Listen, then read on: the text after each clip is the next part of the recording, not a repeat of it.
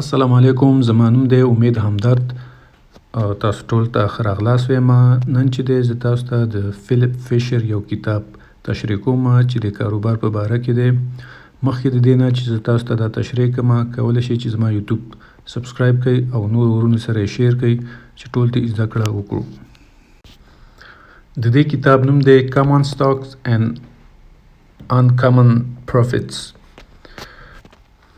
دا کتاب چې دی د سټاک مارکیټ په باره کې دی چې ډېرې کمپنۍ دي په هغې کې ته انویسټ کې او دغه انویسټ چې دی چېرته دا کمپنۍ په راتلونکي کې بره لاړې شي ښې ګټې وکړي، نو باید دغه انویسټ چې تا کړی دی دغې مطابق باندې تا له هم ګټه درکوي.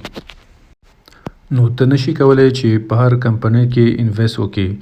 اول باید د دغې کمپنیانو ته معلومات حاصل کړي او وګوري چې دا تا له په راتلونکي کې ګټه کوي که نه کوي. نو د دغې معلومات حاصلولو لپاره یو 15 پوینټه دلته په دې کتاب کې لیکل شوي دي چې هغه زه تاسو ته اوس تشریح کوم. په دغې باندې باید پام وکړي. که دا قابلتوب دغه کمپنۍ لرو نو بیا یې کولی شي چې په دغې کمپنۍ کې ته انویسټ وکړي، او که نه لرو نو دا بیا یو غټ ریسک دی او امکان ډېر لري چې ته خپلې روپۍ وبایلې. را به شو اوس د 15 پوینټونو ته. اولم پوینټ ایکسپینډینګ مارکیټ. ایکسپینډینګ مارکیټ داسې یو کمپنۍ باید وي چې په راتلونکي کې ډېر مخته ځي او نوي شیونه جوړوي، لکه الکتریسیټایت، برق یعنې اوبه، د هوا نه استفاده کوي. داسې کمپنۍ چې لکه د موسم د پاکونې دپاره جوړې شوي دي. نو په دې کې د ډیزل، بنزین او دا شیونه د منځه ځي چې دا هوا خرابوي او دا کمپنۍ د هغې په مقابل کې راځي. نو داسې کمپنۍ چې دي په راتلونکي کې ډېر جګېږي، ډېر ډیمانډ لري، نو باید داسې یو کمپنۍ چې ته پکې انویسټ وکړي دا یو پوینټ باید ولري. دویم پوینټ باید دا کمپنۍ دا ولري چې په راتلونکي کې نوي پروډکټس انتخابوي او په یو پروډکټ کې همیشه ني، لکه څنګه چې وخت بدلیږي او د وخت په مطابق باندې نوی پروډکټ باید جوړ کړي. یو ځینې کمپنۍ دي چې دا همیشه دپاره یي، لکه کوکاکولا، دا همیشه دپاره دا یو پروډکټ دی ځکه دا همیشه چلیږي. دریم پوینټ efficient research and development. دا چې معلومات وکړه چې د کمپنۍ څومره ګټه حاصل کړې ده او څومره خرچه یې شوې ده په تحقیق څېړنه کې. نو دې کې معلومیږي چې دا کمپنۍ ډېر تحقیقات کړي او څومره خرچه چې په دې تحقیقاتو شوې ده هغې کې ډېر معلومات هم حاصل شوي دي.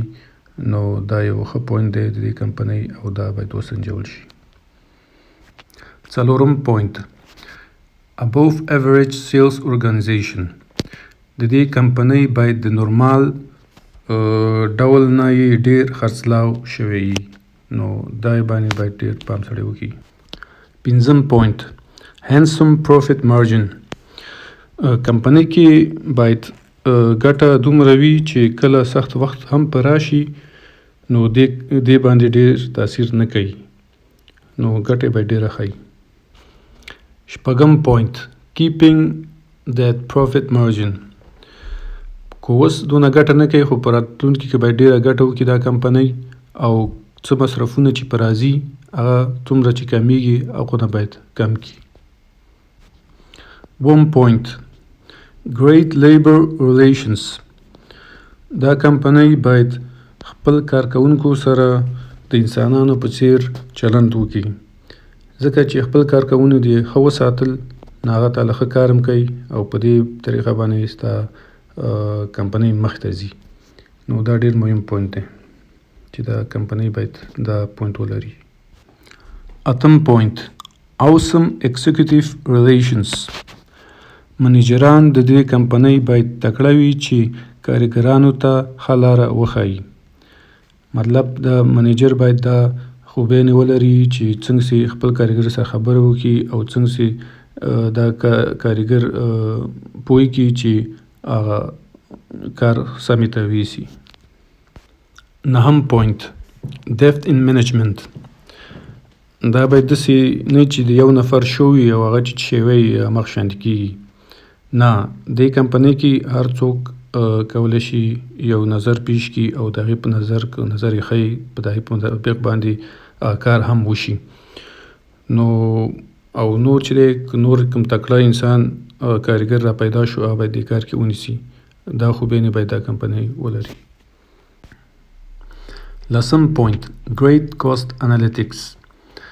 دا کمپنۍ باید د مصرف تخمینونه ډېره ښه وکړلی شي چې کوم څه څونه مصرف دی، څونه خرچه ده، څونه هر څه باید بیلولی شي د یو بل نه، چې سړي ته صاف ښکاره شي چې دا اوس په پرمختګ کې ده یا نه ده، یا په یو شانتې روانه ده، نو څه حساب یې دی. 11م پوینټ: ګریټ انډسټري سپیسیفکس. هر بخش باید ډېر ښه صفتونه ولري د پرمختګ په اړه کې. 12م پوینټ: لانګ رینج آن پروفیټس. د وخت په مطابق باید دا کمپنۍ د ډېر وخت لپاره په پرمختګ کې او ښه ګټه باید حاصل کړي. 14م پوینټ: لو ریسک فور ډیلیشن. دا کمپنۍ باید په راتلونکي ډېر کم چانس وي چې خپل قیمت وبیلي، یعنې دا باید د ډېر وخت لپاره خپل قیمت وساتي او ویې نه بیلي. 14م پوینټ: کمیونیکیټس ریسکس ټو.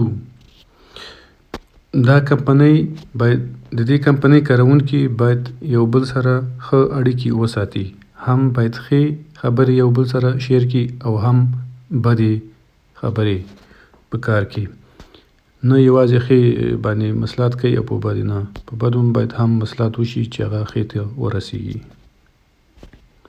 15م پوینټ او آخري پوینټ: انکشنیبل انټیګریټي. کمپنۍ کې باید داسې خلک وي چې ډېر صادق وي او احترام یو بل ته لري او ښه خواص ولري. دا ډېر مهمه دی. نو دا 15 پوینټ وو د دې کتاب.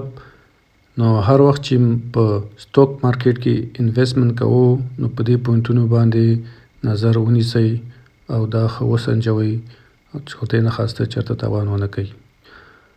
او تاسو نه نوره ډېره مننه. خدای دې وکړي چې خوشحاله اوسئ او دا هېر نه کوئ چې سبسکرایب کوئ او شیر کوئ دا دغه چې نور ورونو ته هم دا معلومات ورسیږي، ځکه چې موږ په خپل ملک کې تعلیم ته ډېر ضرورت لرو او په نړۍ کې د چا نه کم رانه شو.